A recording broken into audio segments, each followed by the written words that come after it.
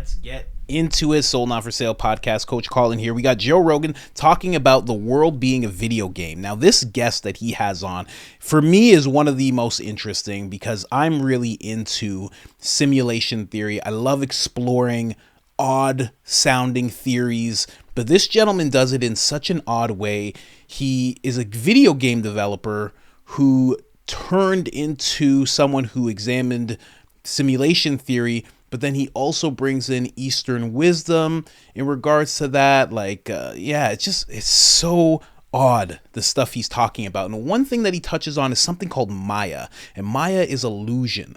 And I want to break that down because he brings it up a little bit, but I'm going to give you the full description of what Maya is. And I want you to let me know if you can feel what I described to you going on in your life right now, because I think there is an illusion, there is a veil, but I think there's just different degrees of it.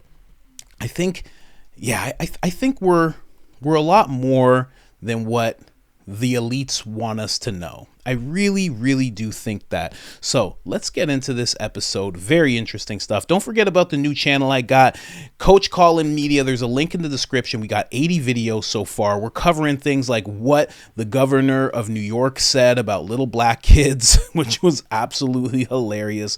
Donald Trump and Biden debating. We're doing things like talking about the president of El Salvador. We're covering unhinged liberals. We're doing all sorts of things on that channel. There's a link in the description. Hit that subscribe button. Other than that, let's get into this Rogan clip. UFOs and paranormal phenomena and all this stuff, gets kind of pushed out beyond that boundary.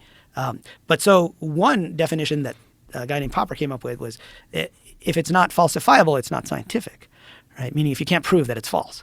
The problem with that is there are lots of things that we can't prove that they're false, but we can find some evidence that these things actually, happen, or that these things exist. Like a couple hundred years ago, there were stories of rocks falling from the sky.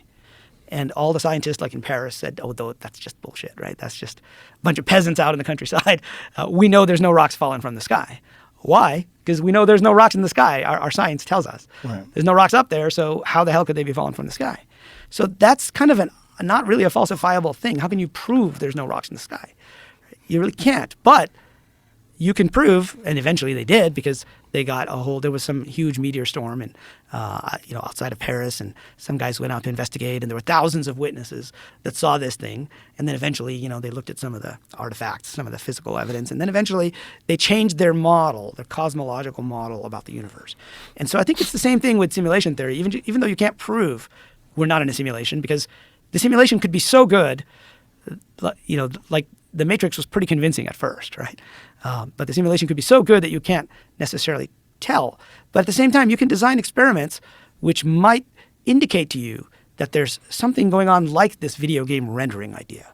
And there are folks out there, trying to run experiments to try to show that this is really what's happening with quantum mechanics, is that like a video game, this whole world is being rendered for us. Information being rendered just like a video game. And the effect that consciousness has on this world. So consciousness is the thing that we're using to measure, or the thing that we're using to interact with whatever possibilities exist.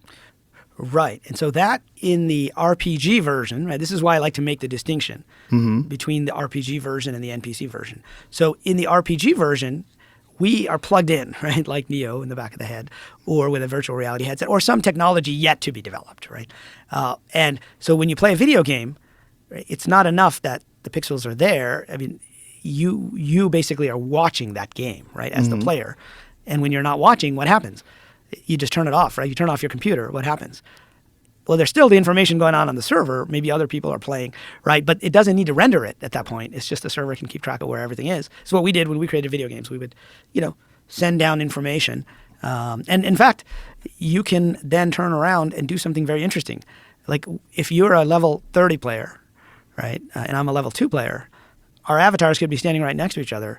One could see the dragon, and one might not be able to see the dragon because maybe we don't have that ability in the game. We're not at a high enough level. But the server logic is deciding that. So consciousness then becomes the player in that model of simulation theory, and it renders the world for us. And it turns out that is very similar to what the worlds religions have been telling us, right?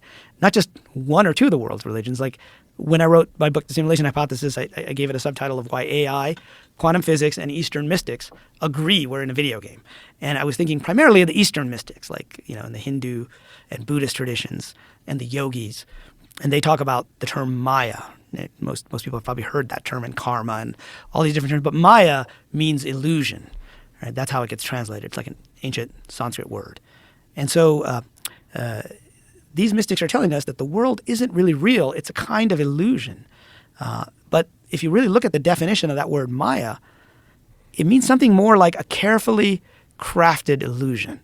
Right? It's almost like if you go to a magic show, and you know the guy's not really sawing that woman in half, okay? But you kind of agree to suspend your disbelief because that's what makes the whole thing fun, right? Watching a magic show or watching special effects, Blade Runner 2049, the car's not really flying. Those are just CGI, right?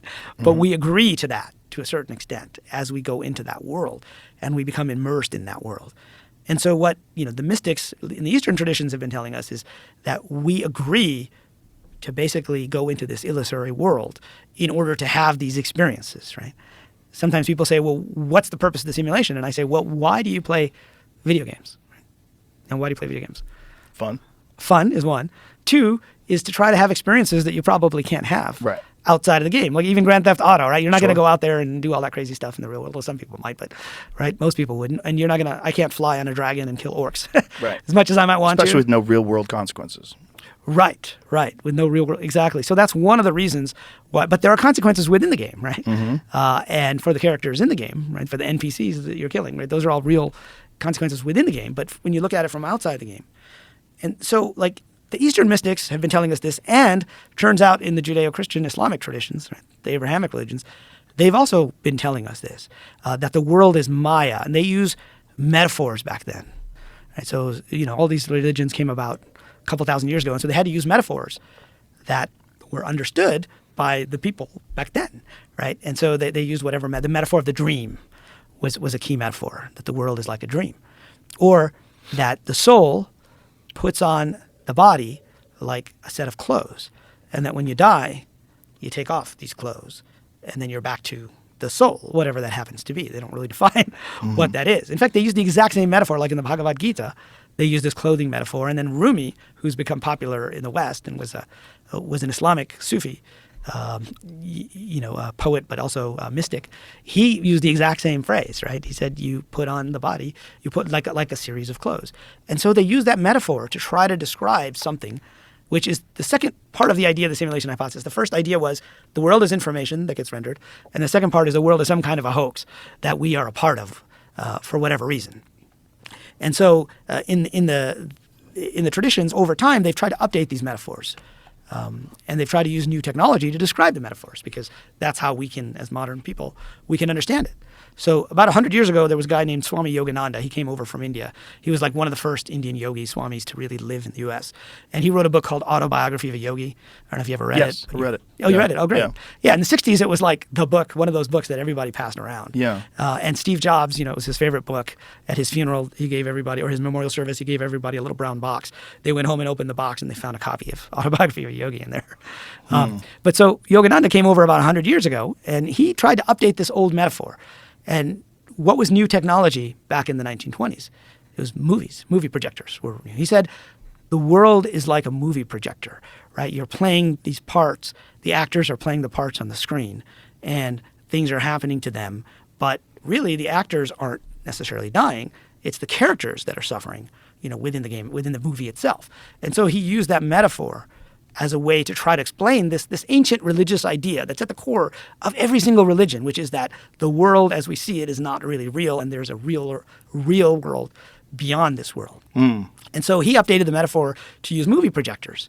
And if you've ever been, we've all been in movie theaters, if you look away from the screen, you can kind of see the flickering of the light, right? And you can kind of see everybody so engrossed in it that they're not looking around. They don't know what's going on other than, maybe having some popcorn or something. And so today, I think we need to update those metaphors, right? Particularly for a younger generation who spent like as much of their time in, things like Fortnite or Roblox when they were younger as avatars. If we use the metaphor of a massively multiplayer online game. And I think Yogananda, if he were alive today, in fact, my latest book, which I wrote after the simulation books, because it was the 75th anniversary of Autobiography of a Yogi a couple of years ago. And HarperCollins India asked me to write this book about, what can you learn from Autobiography of a Yogi? And there's all these weird stories in there of some guy materializing a palace in the Himalayas out of nowhere, right? You've got levitating saints, you've got guys bilocating, disappearing, all kinds of crazy shit going on, right? And I said, well, you sure you want me to write this book? I'm an entrepreneur and and a computer scientist. They said, yeah, because we want you to use your technology metaphors like the simulation hypothesis. Very interesting, man. This guy was so interesting. As I went and bought this, I was listening to it. I wasn't even done, and I ordered this book, Autobiography of a Yogi, and I can't wait to read it. It sounds trippy at the very least. I'm sure it'll be very insightful, but it sounds like a trip from what he just said. Now, there's so much to what he's talking about, but again, when we talk about Maya, and he's talking about the soul and how we put on these clothes that are our bodies, I don't know. I feel what he's saying. I feel it. I don't know. I'm not super spiritual. I've done a lot of psychedelics and stuff, and that can kind of put you more in touch with what he's talking about, this illusion. It feels like there's a veil lifted after you do things. It feels like there's a veil lifted even more so, or maybe an equal amount, when you get into religious scriptures, when you start studying Christianity, or if you're a Muslim, you start studying Islam. I notice that he's talking about the world being an illusion, and very much, I've heard it a lot. First off, growing up Crown Heights, I was around a lot of Orthodox Jewish people, and then even if I wasn't interacting with them, I would see them, and they would see me and other people of color, and not even just of color, people who didn't completely devote themselves to God. They would see that as the world, and they tried to keep themselves very, very separate from the world. They would touch on things every now and then, but for the most part, they tried to keep themselves very separate from the world. And the only reason I know that expression now is because when I hang out with my Christian people, they talk about that as well. You don't want to get caught up in the world. And they're constantly trying to move aside this material world that's filled with, hip hop and pop stars doing weird satanic things on stage and pushing that on children. And they try to stay very much in line with the fact that there is a world beyond this. And I've noticed that more and more. And I myself tend to focus on that world more now as well. I go into prayer and, prayer with my wife, and I start focusing on that a lot more. So I understand what he means in regards to that Maya. If you don't do things like that, maybe you meditate. And here's the thing. That's why I say there's layers. That's just the religious aspect.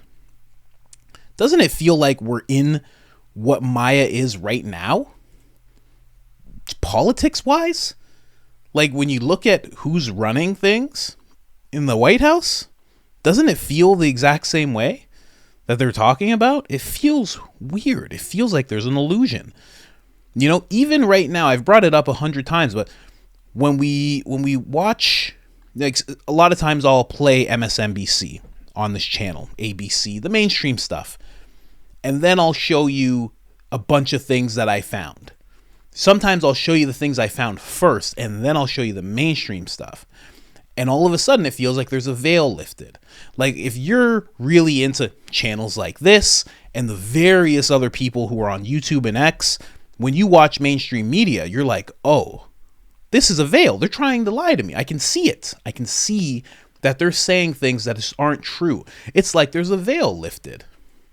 You delve into psychedelics, for those of you that do, you feel like there's a veil lifted. You get deep into your religion, you feel like there's a veil lifted. It's like there's different degrees of this Maya that he's talking about. This is very, very interesting. Now, to just break down the full meaning, I just wanted to know the meaning, and then I got this whole thing because I also went and watched some videos. These guys had really thick accents. I don't want to play the videos, but they were deep into the Eastern religion. They were Indian, so very thick accents. I just figured I would just take what they said and just break it down a little bit. But they were talking about how Maya has two functions. And now picture this in your life. Two functions: blocking what is real, projecting unreal stories and narratives. Isn't that what we have going on? You know, a lot of people even break down the word television, like television, you know? It's showing you. It's almost like the TV is showing you Maya. It's giving you Maya. It's exaggerated. It's not real. It's you have the potential to go out and find the actual information, and then you can see it for what it is. If you're as lucky as I was, I actually worked in film and television. So now when I watch a show, whether it's a show or a newscast or anything, I'm like, oh, I know what's going on. I know what's beyond the screen. Like, I understand what's going on. I understand people behind the camera, in front of the camera. It's a lot of degrees of this Maya, this illusion. Now, Maya, in various Indian philosophies, it refers to an illusion or a veil that conceals the true nature of reality. It is often translated as illusion or magic, but its meaning is more complex and multifaceted, right? So let's go down here. This is the first little bit of Maya. An illusion of the external world. Maya is the idea that the external world, as we perceive it through our senses, is not ultimate reality. It's a veil that covers the true nature of the universe and our place in it. Now, I just have to say, can't you feel? Am I the only one that can feel that? Don't you feel not that there's something bad happening, but there's something coming? You know, a lot of people think it's calamity. A lot of people think it's a great awakening that's coming. But can't you feel like there's no way what you're meant to do, you, is pay bills and just work? There is absolutely no way. And it seems like society continuously tries to point us in the direction of being insignificant and, you know, pretty much just, you know, new age of monkeys, basically. We just got the good thumbs and we got the good mind, but we're basically just monkeys. And, you know, you should just work. And also, we're building this thing that's AI and you won't be able to compare to it at all. So you should pretty much just merge with it. It's like, it's weird. It feels like there's some kind of lie happening. Like, that can't be true. And I feel like if you did know your full potential as a being, you know, we'll just throw that out there, as a being, and somebody came to you and said, well, you have to work and you pay rent and then you get your thing, you do this and you go to the water cooler and Sally's going to say something, you're going to laugh at Sally, you'd be like, get out of here. I don't do that. You know, you'd be like, I'm far above that. But then at the same time, you're in this world. Even if there is a projection and it's all fake, you're still in this world and you can't just, I don't even want to say that. I was going to say you can't just opt out. You kind of can, though.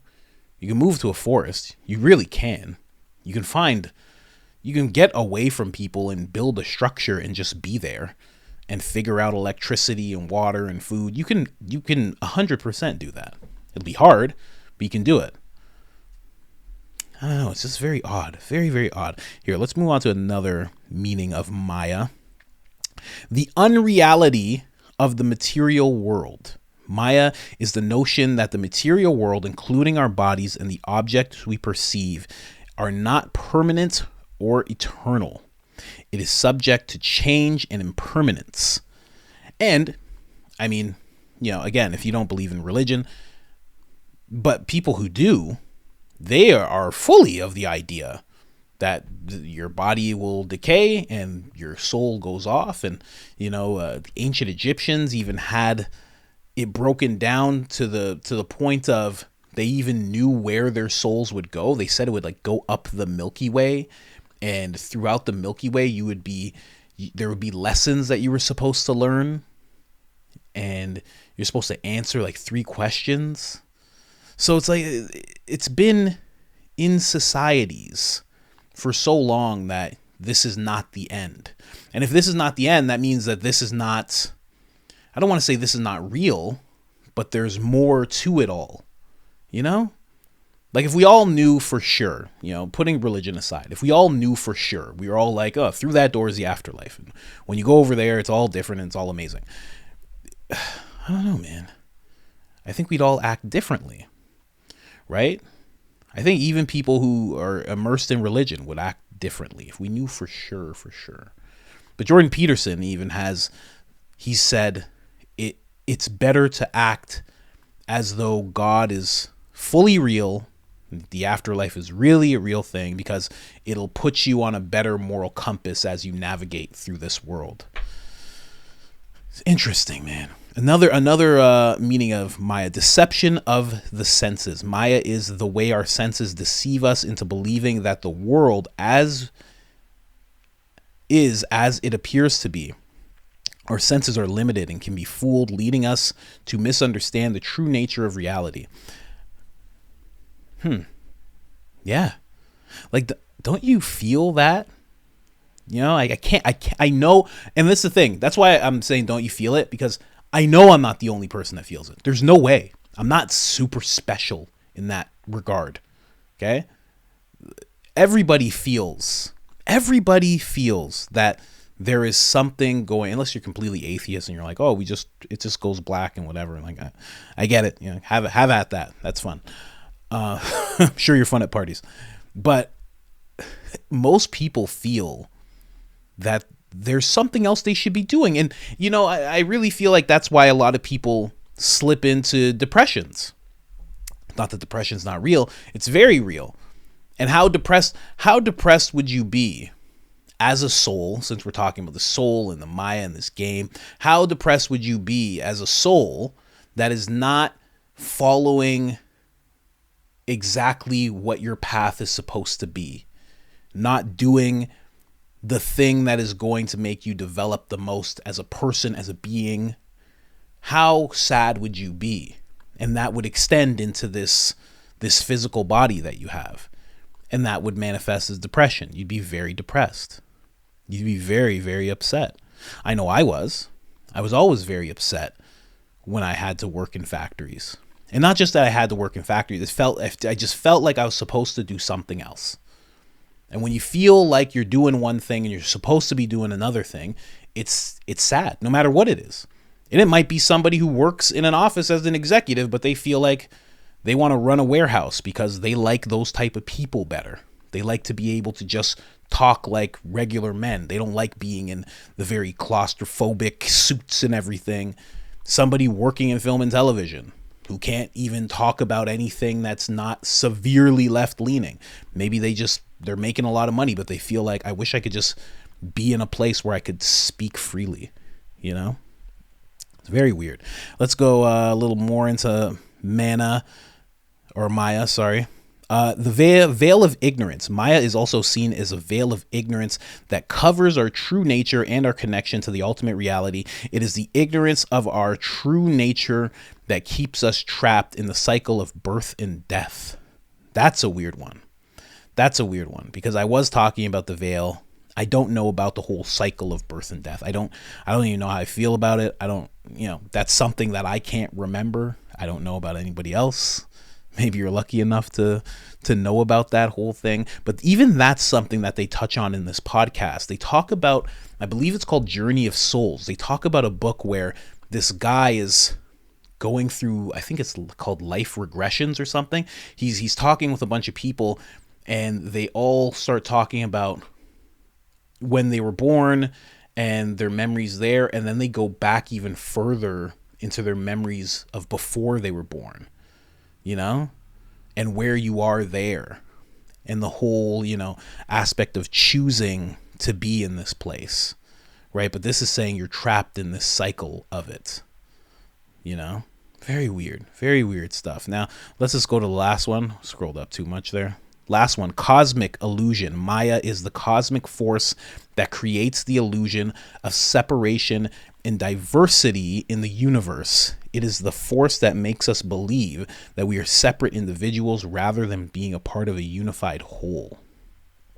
Weird. And that's something I know a lot of people, I've kind of felt it, but not really. A lot of people I know have felt after they do a psychedelic journey of sorts, they feel, while they're in it, they feel an intense connection to everything. And I've kind of felt it, but not really. I'm usually like in my head, I'm trying to sort out problems and stuff, and I haven't done it in years because my life got better, and I got Christ now, I got my wife now, I got, so I just haven't been called or moved to do that kind of thing. But I have heard people talking about how they feel directly connected to everything. I don't know. And at the same time, we kind of know that, even if you haven't done anything like that, that you're not really separate from black people, and black people aren't separate from Asians, and Asians aren't separate from brown. In reality, we're actually just one species, right? Everybody really knows that. But we participate, and even like he said, we agree to go through this whole illusion that we are very separate and there are these sides, and I'm very different from the person who's watching this. And it's hard to be like, well, we're not different, we're the same. That's very, very hard to do. That's hard to do with even your mother and your father. And then you're literally 50-50 of both of them. You know what I mean? So it's a very hard thing. But even just to get to that point where he was talking about how we agree to the illusion kind of thing, we agree on so much in this daily world. We just agree to so much. Like, think about everything that's happening to people. Think about all the money that's being sent to places that are not America.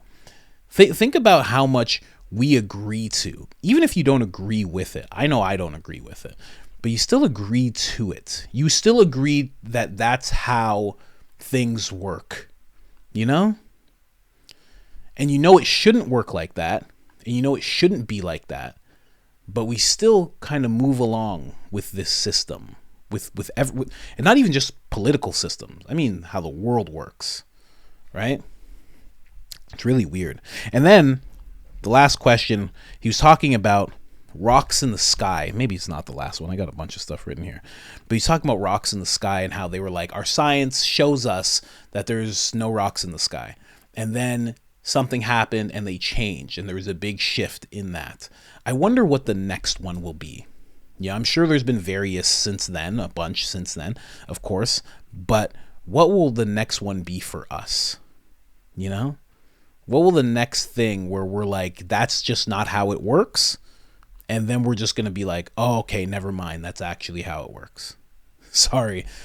We thought everybody who was saying that was crazy, but actually it does work that way. I wonder what the next thing's going to be. I really do. And then the last thing, I guess the movie screens. Think about all these various analogies you can come up with. Movie screens, video games, right? There's something, I really do feel like there's something going on. Going back to what I said at the beginning, we're not insignificant. And a lot of people think that, and it feels that way, but you have to really look at things. You're made to be feeling that way, And I'm not saying you should throw away your moral compass and you should be able to do whatever you want and you're a god. I'm not saying anything like that. But we're definitely more important than we seem. And think about this. If we are just putting on these bodies, and we are these eternal souls, these larger than life, incredible souls. I gotta go into it a little bit. Then it would make sense that these people who seem satanic, but it's just art, because it's just art. They're just doing a song. It's just this. It's just publicity. They're just doing it for clicks. They're just doing it for money. And it's like all of them are, because it seems like this little sect of people who keep selling their souls. It goes back to what Cat Williams said. He goes, after you sell your soul, your main job is to make it seem like it never happened, right? And then how do they get your soul? I know I'm going a little off here, but tinfoil Speedo, I keep it on all the time. But how do they get your soul? Well, they present you with Maya. They present you with the riches of Maya, the illusion. Like, this world is the only thing that's real, and we can give you everything you want in this world. just take it. And then you just have to pledge allegiance, and you're going to sign something in blood, and don't worry about it. And you do that for that temporary, because, our lives are very temporary, for that temporary riches and fame and fortune. And you give away something that's very eternal. And a lot of people are always like, oh, it's biblical. You can't give away your soul. Hey, man, go look into paganism, Satanism. Go look into it. They have rituals where they do just that. I know you're like, it's never yours to give. Yeah. Okay. You rent a car too, and it's not yours to give, but you could go and sell it if you wanted to. You'd be doing the wrong thing and it'd be illegal, but you could do it. I'm just saying, there's certain rituals that go on, and it's just funny how, you're this soul, and then the world, everything he's talking about, the world, Maya, all this stuff is what's brought to you in exchange for this eternal thing, It's a very interesting topic, man. Very interesting topic. They're just talking about it so much. Like even from the Gita that he was talking about, it says, in fact, the soul inside of our body, and this soul can never die through, though our bodies may. As per the Gita, our body is like our clothes that we wear on our body, and after death, these clothes are worn out and dropped by the embodied soul. In that sense, our body is the overcoat of our soul inside. We in essence are a soul, and this soul of ours shall take another body. Now this goes into the Gita and Hinduism and what they believe, and some people don't believe in that whatsoever, but it's all just very, very interesting. Very, very interesting, man. Again, one of the most interesting episodes of Rogan that I've seen in a long time. I'm watching it for a third or second time right now. I'm definitely going to watch it a third time. I'm definitely going to buy that guy's book. I'm not telling you to, so not an ad, but this episode is very interesting. The things that they're talking about, and Joe Rogan is just speechless through it. He adds a little bit here and there, but this guy, Rizwan, he just goes. It's a great episode. Definitely check it out. I'm going to do another episode on it right now, actually, right after I turn off this camera right now. So anyways, guys, like, subscribe, share, all that good stuff. And let me know in the comments what you think about this whole thing, about this whole, do you feel it? Do you feel that there is something about you, not just you, everyone, that's more important than what they're showing us, than what we're made to believe? I really think there is. Let me know in the comments. Other than that, I'm out.